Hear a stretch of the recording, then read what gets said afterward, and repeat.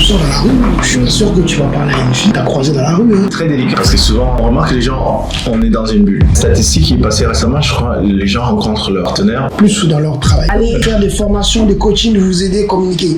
Tout ça, c'est très bien. Si vous voulez le faire, faites-le. Si vous n'avez pas besoin, ne le faites pas. Mais moi, je dis seulement ceci, c'est que quand on rencontre une personne, la meilleure des options, c'est d'éviter. Aujourd'hui, on se retrouve avec Isiaka. On va parler de l'amour des hommes qui approchent un certain âge. Je vais donner notre âge, hein, c'est ça, hein? 30, 32, c'est ça? Ouais. Oh, moi, je suis resté à 30 ans. 30 ans, forever 30. Non, c'est pas vrai. C'est une boutade. On a des discussions sur l'amour, mais sachant on est des amis depuis 20 ans, on a vu qu'on a fait une évolution. Et maintenant, on a aussi rentré dans un âge où on a beaucoup plus de responsabilités. Donc, on n'approche pas l'amour comme on le faisait avant, on avait 20 ans. Et donc, maintenant, on est amené à réfléchir, prendre des décisions sur notre vie sentimentale, et même donner des conseils sur la façon qu'on voit les choses. Aujourd'hui, avec Isiaka, on va parler un petit peu de ces sujets qui entourent l'amour. Et donc, je pense qu'on va parler surtout de les relations mixtes, les mariages, pour ou contre la tradition, les approches traditionnelles, les rôles de la femme et de rôle de l'homme. Et je pense qu'Isiaka et moi, nous allons débattre, nous allons échanger sur ces idées-là. Je pense que ça pourrait vous intéresser. C'est Jupiter. On va aller sur le red flag. Ouais. C'est sûr, il faut y aller à fond, tout te dire. C'est vrai que depuis qu'on se connaît, toi et moi, on a fait du chemin. Maintenant, c'est un nombre d'années que ça se compte. Il est vrai que parfois, l'amour, c'est quelque chose qu'on peut prédire. Nous, on vient d'environnements où la culture est très forte. C'est la culture malienne, c'est ça? En tout cas, oui, ma culture est très marquée. Et forcément, donc, du coup, des attentes, nos parents, nos proches, comment ils nous voient, si on est marié, si on a des enfants. Ça, c'est vraiment le regard de la société. Donc, forcément, l'amour, c'est quelque chose que, quand on décide d'en parler avec vous aujourd'hui aussi, c'est parce que, aussi quelque chose qu'il y a des gens qui inspirent à ça. Il y a des gens, ils rêvent de se marier. Et puis, tout petit, c'est quelque chose qui les intéresse. Il y a des femmes, il y a des gens, ça les intéresse absolument pas du tout. Toi et moi, nous sommes quand même deux opposés à ce niveau-là. Marié, lui, il est. Voilà, moi, je suis un homme marié. Toi, t'es pas marié encore. Mais je te le souhaite. Sûr. Je te souhaite en tout cas que ça arrive. C'est quoi tes red flags, toi, en amour? Moi, je pense qu'au fur et à mesure que j'ai commencé à prendre un petit peu de la maturité, bon, je dis pas que ça y est, je suis un grand savant, j'ai approché certains critères. Si je veux entrer en relation avec quelqu'un, un de mes piliers, ce serait le plus grand souhait de transmettre la culture africaine. Sachant que j'ai grandi à l'étranger, mais pas seulement en Afrique, un héritage que j'aimerais transmettre, donc c'est-à-dire que je dois faire ce travail-là de connaître d'où je viens, ça fait partie de mon identité, mais aussi le transmettre, surtout dans un monde où les choses sont en train d'avancer et changer constamment. C'est très important que j'ai transmis ma culture. Moi, je suis d'origine rwandaise. Donc, quand je cherche dans un partenaire de ce côté-là, même peut-être retourner faire des allers-retours entre la France, l'Europe et l'Afrique et aussi l'Asie, parce que j'ai une vision plus globale du monde. Et donc, je cherche quelqu'un qui partage ce côté-là, en fait, de vouloir peut-être retourner en Afrique ou de vouloir vivre en Afrique. Transmission de ma culture africaine et le côté spirituel, même si j'ai eu une éducation chrétienne, j'ai été aussi côtoyé d'autres religions. J'ai plutôt une vision un peu plus holistique des religions, des pratiques spirituelles et une ouverture d'esprit sur ça. Donc, je mettrais un accent sur quelqu'un qui est croyant. Après, c'est dans la discussion, voir si on s'entend sur les différents éléments pour pouvoir transmettre une culture spirituelle. Ok. Ouais. Je comprends. Mais dans tes relations passées, jusque-là, moi, je te connais. Hein. Je te connais bien. Vas-y, il n'y a pas de problème. Non, moi, je te connais bien. Je vais être honnête avec toi. Ouais. Pour toi, aujourd'hui, je sais maintenant ce que tu recherches, ok? Mais en amour, on sait qu'il faut être vulnérable. Mais l'amour, comme nous, on est quand même des immigrés, donc on est quand même sur un type de relation plutôt porté sur le mélange des cultures, melting pot que nous on est tenté par ce modèle-là, puisque c'est ce qui nous définit, hein, en grande partie, en tout cas pour ma part. Hein. Qu'est-ce qui pourrait faire que aujourd'hui, après toutes les rencontres que tu as fait, parce que tu as quand même énormément voyagé, tu as été dans le tiers-monde, tu as fait... C'est pas qu'il y a le tiers-monde, on va être polémique. Voilà, déjà. Non, mais c'est Le vrai. pays du Sud. Le pays du Sud, voilà. Okay. Ça y est, Voilà. cancelled. Okay. Bon, les pays du Sud, pardonnez-moi. Les BRICS. Le BRICS fait un ensemble de continents. Et même l'amour, je sais ce qui est important pour toi. Parce que aussi, on sait aussi qu'on attend de la famille. On a l'impression, il y a l'âge, il y a aussi que la famille, bon, n'hésite pas à te répéter. C'est dans cela que moi, je trouve que c'est intéressant pour toi. Ouais. C'est de voir, voilà. C'est-à-dire que consciemment, avant, c'était pas quelque chose qui était assez planté chez moi et je ne faisais pas un focus sur ça. En fait, j'étais un peu plus dans l'insouciance, un petit peu aussi dans la découverte du monde, peut-être aussi l'ego boost. C'est-à-dire, qu'est-ce que tu appelles l'ego? Parler des hommes, rencontres. faire des rencontres. Mais je pense qu'au fur et à mesure, quand tu grandis, en fait, tu commences à prendre conscience de certaines choses et tu navigues différemment, en fait. Ou tu fais une approche différente avec des relations, pas seulement amoureuses, mais aussi amicales et professionnelles dans ce que tu vas faire, dans la mesure du possible, bien sûr. Mais quand même, en revenant sur l'amour, je pense que j'ai voyagé énormément, ça m'a beaucoup appris à m'ouvrir énormément. Mais qu'est-ce qui te ferait peur demain, alors, si tu dois construire une vie de famille? Qu'est-ce qui pourrait te faire peur? Qu'est-ce qui me ferait peur? Si aujourd'hui, demain, tu dois te marier. Tu as des filles? Aujourd'hui, je dis ça parce qu'en but de l'exercice, c'est aussi de faire comprendre aux gens, c'est pas forcément que pour parler, c'est aussi de dire qu'à un moment donné, on avance dans notre vie. Personnellement, tu es stable, tu as un bon boulot, tu es quand même en bonne santé, tu looking good, tu es beau gosse, voilà. Tu as une belle carrière, une belle expérience, tu rentres chez toi, tu es autonome financièrement. Le petit plus de l'amour que tu n'as pas aujourd'hui, pour nombre de gens, moi je sais que par exemple, j'avais entendu une fois que la Suède, par exemple, c'était un des pays où il y a le plus de célibataires. Plus on avance en âge, plus à un moment donné, on se retrouve dans le célibat. Quel est le ressentiment qu'on a? Parce qu'on n'a même pas l'impression qu'on est célibataire. Parce qu'on a notre vie, on a notre routine. Et comme quelqu'un qui est marié aussi, on est dans une espèce de routine où on avance tout seul. Donc on avance à deux, ou même à trois avec les enfants. Plus ça que moi je veux savoir. Le dominateur, c'est en fait l'exposition aux autres cultures du monde fait que mon ouverture d'esprit est large. Donc tu veux quelqu'un qui soit ouvert d'esprit. Oui. Si la personne, demain, tu rencontres, a les critères que tu veux, mais qu'elle n'est pas ouverte d'esprit. Je pense que ça sera dans une conversation quand même. Tu vois, je pense que quand tu rentres dans une relation avec quelqu'un, c'est une danse en fait. Dis-moi, c'est comme ça que je le conçois. Ah, un grand artiste, toi. Une grande danse. Ça, la bachata. Je pense que c'est une danse, mais c'est une conversation à avoir et surtout c'est une vision à apporter. Une vision de là où je veux aller. Et d'un monde que je vais construire. C'est pour ça qu'on a des projets en commun ensemble. Et j'aimerais contribuer avec mes bagages perso et professionnel pour pouvoir construire ce monde-là. Je déclare ou je projette ma vision. Ensuite, la conversation avec la personne a une vision assez similaire. Après, on regarde si dans nos bagages, on a les valeurs assez similaires. Donc, la religion, la spiritualité, où est-ce qu'on va habiter. Après, ça va être déterminé par les piliers financiers aussi. Donc, du coup, l'aspect financier aussi a de l'importance pour toi. Je pense, oui, parce que nous vivons quand même dans un monde capitaliste. Donc, on va pas quand même on va pas se cacher. Et donc, comment, en tant que chef de famille, tu vas pouvoir subvenir aux besoins de ta famille, de pouvoir diriger, travailler, de se mettre vraiment au boulot pour pouvoir construire quelque chose de stable. Voilà.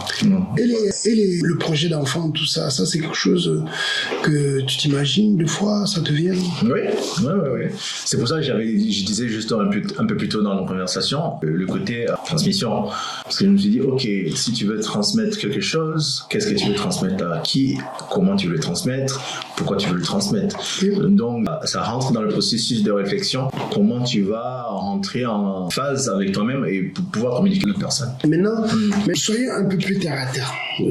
C'est ésotérique. Et que toi, tu avais besoin de tous ces leviers-là pour que ça marche. Aujourd'hui... c'est pas garanti que ça marche. En tout cas, c'est ce que tu souhaiterais. Aujourd'hui, si on regarde un peu comment ça se passe de plus en plus, c'est souvent les gens ils parlent de body count.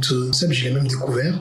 Il n'y a pas si longtemps. Les gens ne cherchent pas trop à se marier parce que ça a un coût, les divorces. Il y a même des statistiques parfois qu'il y a eu des années où c'est un mariage sur deux, c'est fini par un divorce. Les jeunes, ou pour les plus âgés, gens en tout cas de notre génération, qui se retrouvent célibataires alors qu'ils ont déjà accompli en tout cas un ensemble de choses dans leur parcours professionnel, mais qui manquent ce petit truc, un être avec qui partager une cerise qui est sur le gâteau, qui leur manque ça, cet être-là pour les épauler dans leurs sentiments, dans leur bien-être, mais qui n'ont pas cette ambition multiculturalité que tu as, qui sont pas à la recherche forcément d'une femme qui veulent aller vivre en Europe ou en Afrique. Aujourd'hui, on est quand même très sollicité par nos téléphones, on est dans un monde hyper virtuel, on se voit pas trop, on se fait pas confiance, on sert des Covid sans les séquelles, on fait pas toujours la bise aux gens. Voilà, il y a toutes ces choses-là. Donc comment tu boostes les gens en fait? Comment tu pourrais leur donner des leviers là-dessus? Tu veux dire que les rencontres aujourd'hui se font plus difficilement qu'avant? En tout cas, ça, les méthodes ont changé, dématérialisées. Ouais. On sort dans la rue, je suis pas sûr que tu vas parler à une fille que tu as croisée dans la rue. Hein. Très délicat en fait, parce que souvent on remarque que les gens, on est dans une bulle. Déjà, si c'est tard le soir, une femme qui marche seule, tu vois, il y a une manière de faire une approche. Et même ça, c'est très délicat parce que si la personne est pressée, souvent ils ont des écouteurs, des choses comme ça, et toi tu es pressé, il faut vraiment qu'il y ait presque un... Vous vous regardez, mais même ça peut être un regard, qu'est-ce que tu me regardes, qu'est-ce que tu fais. Oui, voilà, c'est ça, c'est ce truc-là aujourd'hui où du harcèlement, tout ça. Donc on est bien d'accord que l'amour est plus compliqué, en tout cas à séduire une personne aujourd'hui que par le passé.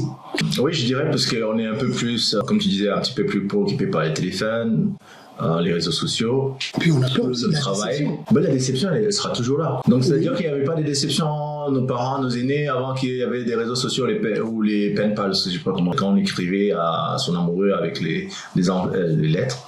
Pas dire qu'il n'y en a pas, Ouais. mais je pense que on faisait un travail de fond pour augmenter nos chances et que quand on arrivait vers la personne et qu'on présentait notre projet, il y avait déjà un travail où la personne comprenait déjà quelles sont nos intentions et qu'on avait déjà appris à connaître un peu la personne. Quand est-ce que tu vas prendre le temps pour connaître cette personne-là? Aujourd'hui, Parce qu'aujourd'hui, on est accaparé par son travail. hier c'était différent. Quand on regarde, quand on était étudiant, quand on était plus jeune, on était insouciant un peu quand même.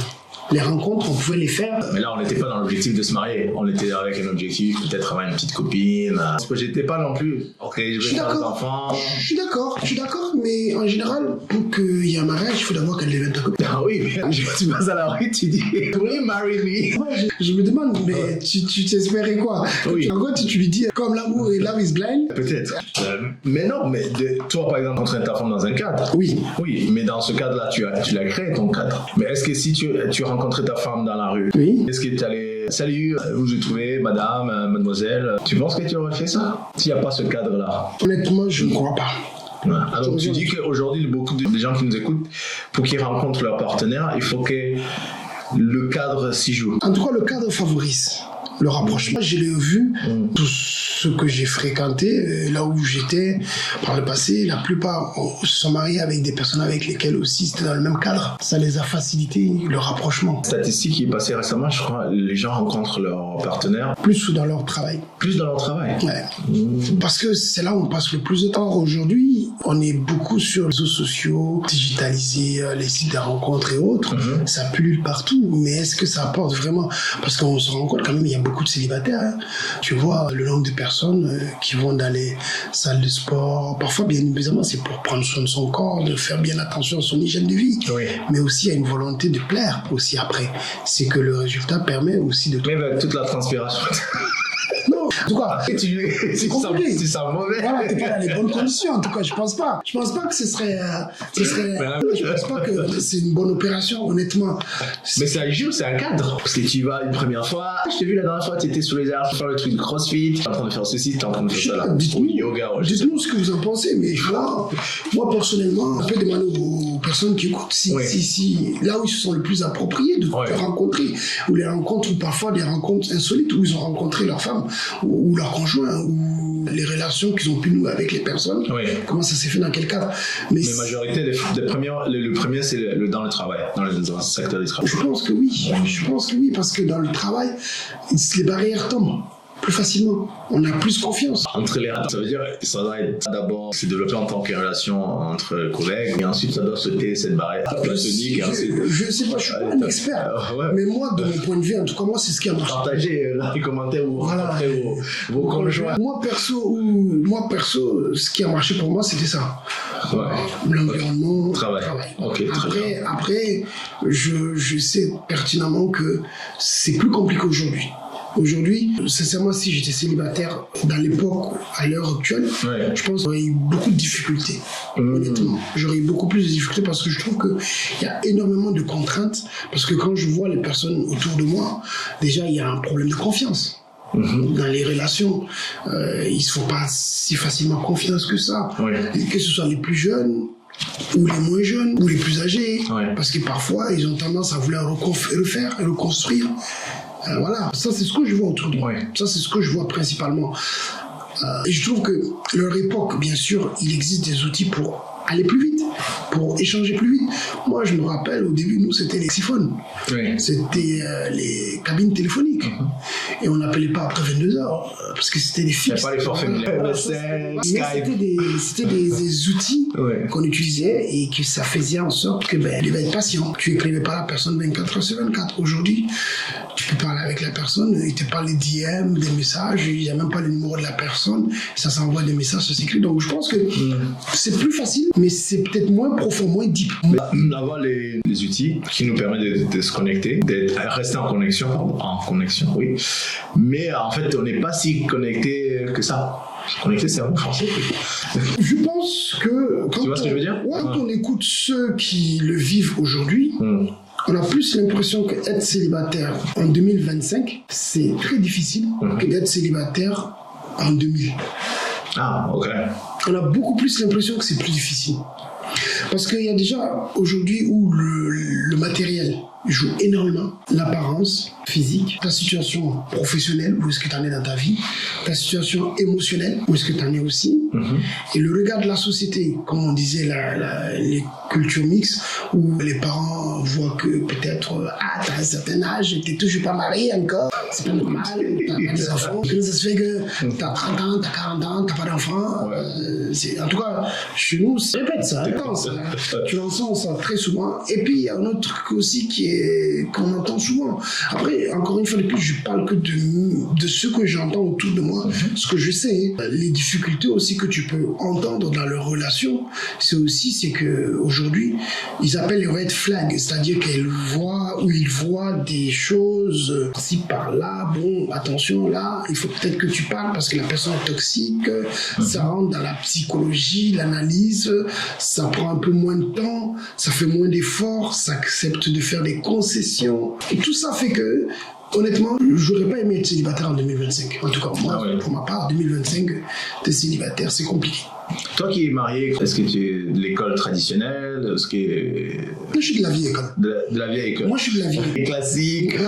Moi, tu peux nous dire si tu étais confortable pour nous partager la façon que tu le conçois, peut-être le rôle homme et femme. Moi, je suis de la vieille école, c'est simple, c'est-à-dire que mari et femme. Voilà, ma relation, elle se base sur un certain nombre de valeurs. Valeurs de partage. Et surtout que je rencontre une personne, automatiquement, elle le sait tout de suite que je suis marié. Oui, non, on parle, je l'ai dit. Nous, avant de mariage, par exemple, quand tu as rencontré ta femme, ce côté-là, ensuite, vous avez défini, voilà comment je vois là où je vais aller, voilà. Oui, mais bien sûr, ça, c'était des sujets qu'on a abordés dans notre relation très tôt. Nous, on a quand même établi un certain nombre de choses. Moi, j'invite fortement les gens qui veulent une relation, en tout cas sérieuse, qui veulent établir, c'est mon conseil, en tout cas, je dis pas que je suis un expert, mais je pense que, pour ma part, il est nécessaire d'exposer son projet de vie à la personne dès le début, pour lui laisser le choix et la liberté de dire soit je veux ce projet, soit je veux pas. Parce que les gens doivent avoir le temps de digérer la proposition et aussi de se projeter. Si c'est ce qu'ils veulent ou pas, voilà, dans leur vie. Moi, c'est ce que je recommande fortement, parce qu'une relation, c'est de plus en plus, on verra, on fait, et puis on avance, et puis... Les situationships, comment les solutions vont évoluer, les relations vont évoluer, puis après, comme j'ai pas envie de me prendre la tête, voilà, je me sens pas bien encore, voilà, on se pose pas, on donne pas de statut. Ça, c'est très dangereux. Pour moi, c'est très dangereux, parce que quand vous allez décider de vous mettre ensemble, soit il y a un vrai feeling physique, attraction psychique, physique et autres, ça passe. Sinon, autrement, vous allez avoir un regard, non, on avait un accord, on se sentit en accord. Il y en a un dont les sentiments vont évoluer et l'autre va juste faire que subir. Les deux. Voilà. C'est intéressant parce que tu le prends comme ça. Et donc, du coup, quand tu évolues, donc tu dépasses ce côté-là, tu as exposé, donc l'autre personne, je suis d'accord, je suis pas d'accord, écoute, ça me parle, c'est top. Et surtout, laisser le temps à la personne d'apprécier le projet. Parce que le projet de vie, c'est un projet de vie à deux. C'est pas un projet de vie d'une personne. C'est ta vision du monde, tes espoirs, tes attentes, et qu'elle conjugue aussi avec ce que la personne en face a. Comme son vision aussi. Ou comme histoire de parcours. Ça, c'est le premier levier que je recommande fortement, la transparence dès le début. Pour éviter les malentendus, les quiproquos. Et parfois, excusez-moi, il y en a, ils vont me dire, toi, tu racontes n'importe quoi parce que ça marche pas. Oui, c'est que peut-être la personne n'était pas faite pour toi. Tout simplement. Parce que, au moins, Tu sais dans quoi tu t'engages. Les choses sont bien claires et il n'y a pas de loup. Il n'y a rien qui est caché entre-temps. Donc, les choses qui vont arriver, c'est que si après la personne découvre des choses au fur et à mesure, il y avait un sketch, je crois que c'était une artiste française, je crois que c'est Florence Paris, je ne vais pas dire des bêtises, je ne me rappelle plus le nom. Elle disait qu'au début de nos relations, les choses qu'on adore chez la personne, elle est là, il a fait ça, ah ouais, c'est génial. Oh, il chante, oh, je l'aime trop, oh, il va à la salle, je l'aime trop. Et quelques années après, on dit, oh, il me fatigue avec ça, il me fatigue avec sa musique. Les gens finissent toujours par évoluer. Donc, il n'y a pas de garantie. Il n'y a pas de garantie. Dans ce sens-là, il y a une évolution constante. Et c'est le projet de vie qui fait que, à un moment donné, peut-être l'amour ou ce qui est entre vous, la confiance, la sécurité, l'attention, l'affection, tout ça va grandir. Moi, je sais au combien toi, par exemple, je te connais, je te vois au quotidien. En tout cas, je te vois assez suffisamment. On a assez d'échanges téléphoniques, même si on n'est pas dans la même ville. On s'appelle très souvent. Et je sais que, la plupart des gens aujourd'hui, c'est beaucoup de gens qui sont célibataires. Ils n'iront pas sur un plateau de télé ou ils n'iront pas devant la caméra dire qu'ils sont célibataires, ils en sont fiers. Moi, les personnes qui disent ça en général, c'est les personnes souvent parce qu'ils essayent au fond d'eux d'avoir plusieurs relations pour essayer de masquer quelque chose. Des options, tu veux dire? Je ne suis pas dans leur tête, je ne peux pas parler à leur place, mais c'est sûr que quand on s'amuse à multiplier, c'est qu'il y a quelque chose qui il y a un vide, il y a un manque, il y a une peur, il y a une quoi. On ne le fait pas par plaisir, donner envie aux gens de nous aimer, de nous désirer, et après les laisser partir ou leur dire au revoir pour qu'ils aillent pleurer dans leur coin, qu'ils aillent souffrir. On ne le fait pas par plaisir. En tout cas, moi, je n'en connais pas. Mon entourage, je connais une personne qui se comporte comme ça, en prenant du plaisir à voir les gens souffrir. Il faut qu'on soit franche, il faut être ouvert à la communication, se projeter, expliquer son projet de là où on veut aller. Mais si on regarde aujourd'hui, la relation entre hommes-femmes et d'autres, c'est binaire ou pas binaire? Tu sais, tout est possible aujourd'hui. Non, mais on est dans un monde, tout est possible. Je veux dire, on a dit en France que c'est époux. Je suis binaire. Je pense que la relation entre hommes-femmes que nous avons aujourd'hui, avec toutes les difficultés de communication que nous avons, l'incompréhension. On va dire les relations amoureuses. Oui, on parle d'amour. Mais comment on peut fluidifier notre communication, sachant que peut-être une personne a un langage différent et l'autre personne pas. Je sais que tu m'as dit. Les langages de l'amour. Oh, il y a tellement de livres Jupiter sur ça. Les experts en ont fait. Je ne vais pas le faire ici. Moi, je dis. J'échange avec les gens derrière la caméra. Non, mais c'est vrai. Les experts, ils en ont fait. T'as 3 heures pour des livres qui expliquent tellement bien. Il y a des coachs spécialisés en amour, machin. Il y a un gars qui a une chaîne YouTube où il explique. Donc, moi, je ne vais pas aller sur ce terrain-là. C'est des professionnels. Allez faire des formations, des coachings, vous aider à communiquer. Tout ça, c'est très bien. Si vous voulez le faire, faites-le. Si vous n'avez pas besoin, ne le faites pas. Mais moi, je dis seulement ceci, c'est que quand on rencontre une personne où on y croit à la relation, la meilleure des options, c'est d'éviter de vendre du rêve à la personne, même si ça paraît facile et que ça présente alléchant au début, de s'inventer une vie, de raconter une part de vérité sur soi. Oh, moi, je suis peut-être le PDG de la boîte, alors que peut-être on est juste le directeur ou l'adjoint, d'aller extrapoler. Parce que ça paraît tellement beau et réel que la personne en face se fait une image de toi. Et après cette image-là, si elle commence à se déconstruire, c'est comme si tu pars avec une note 20 sur 20, et petit à petit, crescendo, tu perds des points. Et plus ça perd, plus tu perds la personne, que ce soit femme ou homme. Donc voilà. Et la peur s'installe, la confiance diminue, c'est un ensemble de choses. Voilà. Donc moi, je ne peux pas me prétendre expert de donner des conseils aux gens en amour. Mon opinion, c'est que vous voulez que ça marche, et de la transparence dans un premier temps. Ensuite, présentez votre projet de vie que vous voulez pour la personne afin de lui laisser du temps de digérer ou pas. Et une fois que vous avez fait ce levier-là, ces éléments ont été abordés. Maintenant, jouez le jeu de la séduction. Mettez le maximum de choses en votre faveur. Tous les leviers, les outils qu'on vous explique dans la séduction, ce qu'il faut faire, comment il faut s'habiller, machin, comment parler. Mettez toutes ces choses-là, ces trucs-là à votre disposition pour augmenter vos chances. Et si ça marche pas, il n'y a pas de fatalité. Je veux dire, un individu, peu importe son âge, son sexe, sa religion, sa couleur ou son origine sociale, on a tous droit à l'amour. Et on dit bien que tout le monde trouvera une paire de chaussures à sa taille. C'est une expression, je crois, qui dit ça. Donc, on est tous destinés à trouver la bonne perle ou la bonne personne au bon moment. Donc, l'amour, c'est pas une fatalité, quoi. En regardant l'amour et les relations homme-femme, crois-tu que l'amitié entre l'homme et femme? Moi, j'y crois. Honnêtement. Allez, à moitié. À moitié parce que il faut qu'il n'y ait pas d'attirance. Il faut qu'il n'y ait pas d'attirance entre les deux. S'il y a une attirance, ça peut compliquer les choses. Pourquoi? Parce que amitié. Ça vient du côté de l'homme ou vient du côté de l'autre? Il faut que l'attirance soit pas là. Parce que quand les deux sont amis... Qu'est-ce que tu décris, ami? Tu me parles de l'amitié entre hommes et femmes, Oui, on est d'accord? Donc, mais un ami, c'est un confident. À la base, un ami, c'est quelqu'un qui t'écoute. Pour moi. Mais donc ça ne fait pas évoluer. Chance d'évolution. Alors, pour moi, un ami, c'est quelqu'un qui t'écoute. Ok. On est d'accord. Ouais. Un ami, c'est quelqu'un qui te conseille. Un ami, c'est quelqu'un qui ne te juge pas. Un ami, c'est quelqu'un que tu peux échanger ou parler avec il ou elle à n'importe quelle heure de jour et de nuit. Quand t'es pas bien. Il n'y a pas de différents degrés de séparation d'amitié? Non, mais je veux dire, c'est ça. Je vais rebondir. Au début, c'est ça. Oui, ok. Pour moi, je parle parce qu'il y a encore... tu appelles différents, mais il y a pas déjà, tu appelles à 2-3 heures. Si j'ai un ami, un très bon ami, je peux l'appeler même à 3 heures du matin. Ok.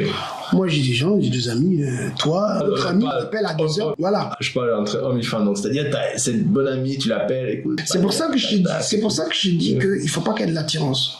Parce que quand il y a de l'attirance, l'amour, l'amitié va se transformer en quelque chose. Pourquoi? Parce que quand la personne rentre, elle devient intrusive dans ta vie, à n'importe quel moment, tu finis par te poser des questions inconsciemment. Ou ton partenaire, ou ta partenaire avec toi, va finir par te dire, mais pourquoi il ou elle t'appelle à des heures improbables? C'est si urgent que ça? Est-ce que ça ne peut pas attendre demain à des heures... classiques. En tout cas, des heures conventionnelles, acceptables. Voilà. Donc c'est pour ça que je dis encore une fois de plus, l'amour entre hommes et femmes, l'amitié, pardon, entre hommes et femmes, oui et non. Oui, dans certaines situations, et particulièrement s'il n'y a pas d'attirance, et non, s'il y a de l'attirance, il faut éviter. Il faut éviter parce qu'on ne sait jamais de quoi ça va déboucher. Après, voilà, je ne suis pas un expert encore une fois de plus, mais les tentations et autres, il y en aura toujours. Il y en aura toujours, mais ce qui est important, c'est à un moment donné se dire, bon, est-ce que je m'arrête là ou est-ce que je continue? Voilà, et est-ce que je suis prêt à perdre tout ce que j'ai? Parce que c'est à toi de mesurer le risque dans quoi tu t'engages. Est-ce que tu es prêt à tout perdre? Est-ce que tu as beaucoup à perdre dans cette histoire ou tu as beaucoup à gagner? Voilà, seul chacun dans sa tête. Et puis, dans son petit coin de sa tête, il fait les calculs, il fait les équations. Je suis prêt, je suis pas prêt. Mais pour en résumer, pour moi, l'amour aujourd'hui, en tout cas l'amour, je dis bien l'amour avec le grand amour, pour se marier, pour fonder une vie de famille, au XXIe siècle, en 2025, c'est plus comme avant. J'ai pas le sentiment que c'est comme avant. Je vois beaucoup de couples autour de moi, 17 ans après, ils se divorcent, quoi. Après, on va me dire, oui, mais tu sais, il y a toujours raison. Oui. Tu penses que c'est... Parce que moi, bon, je suis pas marié, je suis pas encore marié. Mais tu as ton avis, parce que tu n'es pas marié. Ouais, mais après, c'est comme un jardin, il faut prendre soin. C'est tac-tac. Si tu prends pas soin du jardin, il y a des weeds dans le stade grow. Non, pour moi, c'est avant tout de la concession. C'est de la concession. Ouais, mais celui qui te dit qu'il ne faut pas faire de concessions, je ne pense pas qu'il va rester longtemps avec la personne. De deux côtés. Ah oui. Ah oui. De toute façon, les personnes qui sont restées le plus longtemps ensemble, les anciens, quand tu as la chance de les rencontrer, mon voisin, quand je te disais mon ami, il est avec sa femme, elle a un certain âge. Et c'est un couple ancien, vieux, très ancien. Et ils sont encore ensemble, ils font tout ensemble, ils font des blagues, ils s'occupent d'elle, il fait des sorties, il achète des cadeaux. Voilà, il y a une complicité constante. Il y a une mise qui se remet en question constamment. Ils essayent de prouver leur amour tout le temps. C'est-à-dire qu'ils entretiennent cette flamme, cette relation. Même si elle évolue aussi différemment. Ah ben l'amour a évolué, puisque les deux individus évoluent. Oui. Jupiter, l'homme que tu es aujourd'hui, si 10 ans après, t'es un homme à 20 ans, si t'es le même homme à 40 ans, c'est que t'as raté 20 ans de ta vie, mon frère. C'est impossible que tu sois le même homme 20 ans, 10 ans après. Donc la partenaire ou le partenaire évolue aussi. Ce qui semble naturel et normal même. C'est l'équation même. Maintenant, il faut juste que dans l'évolution des deux individus, il y a toujours le projet, qui est un projet à la fin. Que ce projet soit animé par tous les deux. Sans ce projet-là, les deux équipes, l'équipe va se dissoudre petit à petit. Oui. Comment j'ai vu quelque part, je crois que j'avais vu une vidéo où tu sais, ces petites vidéos où les gens vont dans la rue, ils font des entretiens des couples. Speed dating. C'est une page Insta, How We Met, ou Meet, c'est Meet, je crois.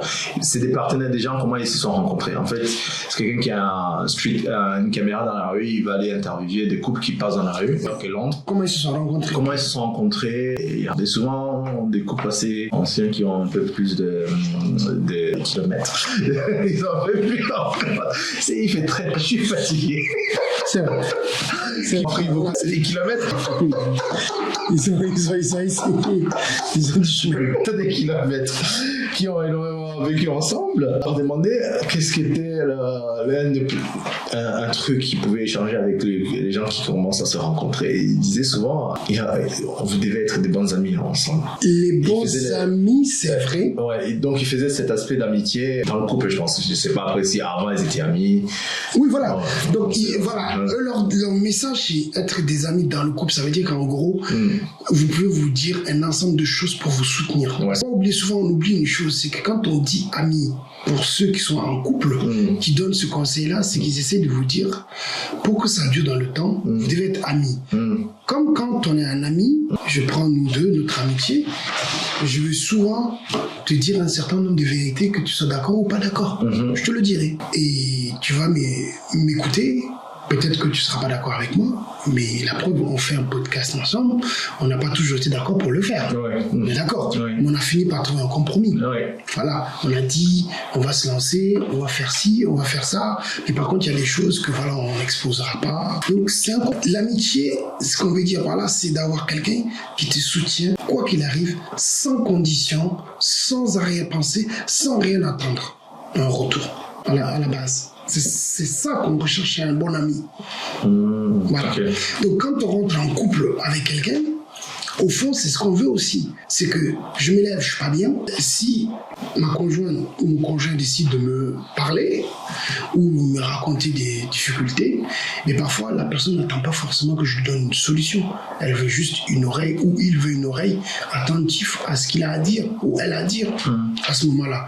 Parfois, ça va être aussi donne-moi ton avis, accompagne-moi ou soutiens-moi. Un truc tout bête, un exemple tout bête que je vois très souvent dans les relations autour de moi. Dans notre culture, il y a certaines personnes, mais ils vont être en couple des années, ils s'aiment, il y a tout.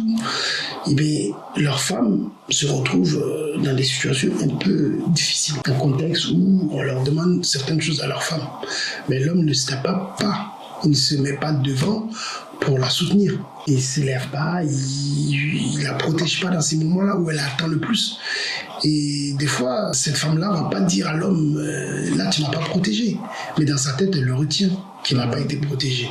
Ce qui fait que quelques années après, elle le répétera. J'ai vécu une situation comme ça il n'y a pas si longtemps. D'un de mes très très très bons amis d'enfance, avec qui j'ai fait des 300 coups, et voilà. Parce qu'à un moment donné, il n'était plus à l'écoute de ce que sa femme voulait. En tout cas, les années passent. Et puis elle ne voyait plus. Et pareil, vice-versa. Lui, tu poses la question, il te dira autre chose. Donc quand on dit ami, c'est ça qu'on veut dire, c'est-à-dire un partage d'informations et qu'on se soutienne et qu'on puisse tout se dire sans que l'autre prenne ça à l'interpréter. L'amitié, oui. L'affection, oui. La tendresse, oui. La sécurité, oui. Et puis aussi, surtout, de la complicité. Il en faut. Et puis, ça paraît des belles phrases, des mots, c'est énuméré comme une liste de courses. Oui, ça peut paraître comme une liste de courses, mais ça doit être matérialisé par des choses concrètes au quotidien. Tout le monde connaît les types de langage de l'amour qui existent. Je vais apprendre à personne là-dessus. Si toi, tu aimes quelqu'un parce que ton amour, c'est les cadeaux, et que elle, son manière d'aimer, c'est les mots, mais que toi, tu es timide et que elle est radin, votre langage de l'amour, allez savoir comment vous allez faire dans le temps, quoi. Ouais. Parce qu'il y a un grand fossé. Ça ne veut pas dire que ça marche pas. Mais si chacun ne sort pas de sa zone de confort, il y aura toujours un qui va penser que ça ne se matérialise pas l'amour. Voilà. Donc pour moi, c'est ça. Et la génération actuelle, le monde dans lequel on est aujourd'hui, va tellement vite, quand bien même c'est encourageant. Je dis bien c'est encourageant qu'il y ait du changement. Mais on dit chez nous qu'un adulte assis voit plus long qu'un enfant debout. Ça, c'est un dicton chez nous qu'on dit. Un adulte assis voit plus loin qu'un enfant debout. Même si l'adulte a vieilli, a du mal à voir loin, c'est juste parce que dans son champ de vision, elle voit ce que l'enfant va vivre. Elle l'a déjà vécu.